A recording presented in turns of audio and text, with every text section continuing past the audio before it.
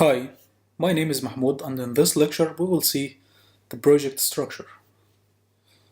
First, let's open Sublime. We need to build a library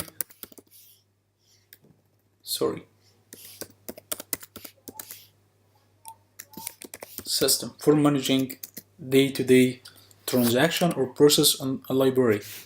So first of all, we have books, and we need to treat with this books, like adding a new book, editing a book, delete a book. And we have a day-to-day process like renting a book, retrieving a book, and so on. So first of all, we need to be able to, let's say, adding a new book, editing book, deleting book. We can also add book categories. We can also search in books, so we can search. We can have users.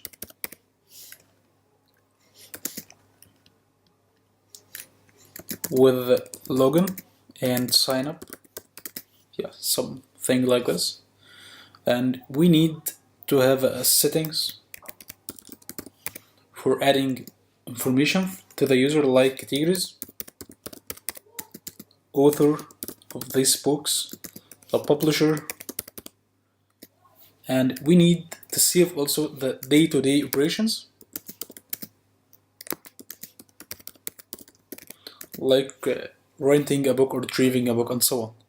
So the full system will be capable of adding a new book, editing a book, deleting a book, adding categories or author or publisher, search for books, add day-to-day operations like renting or retrieving a book, searching users. We can add user with login and sign up and so on. Okay, so let's add our information. Like for every book, we need to add the book title, the description, the category,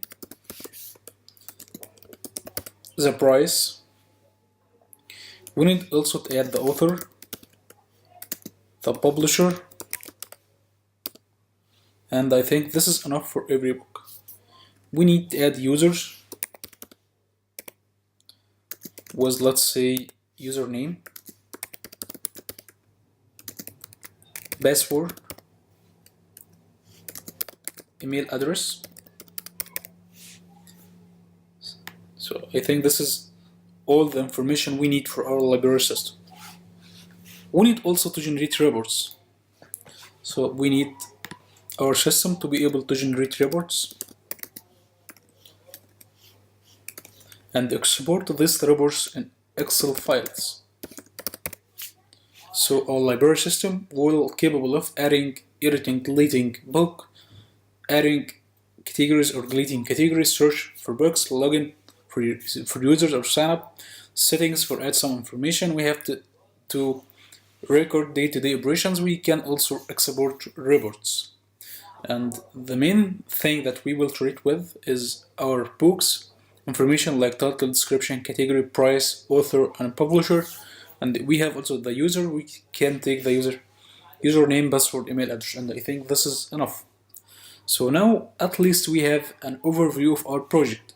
We will start by designing our project UI in the designer so that we can understand the system well, and then we will start designing our database. Then we will connect this database to our Python code and connect the UI from the designer to our Python code.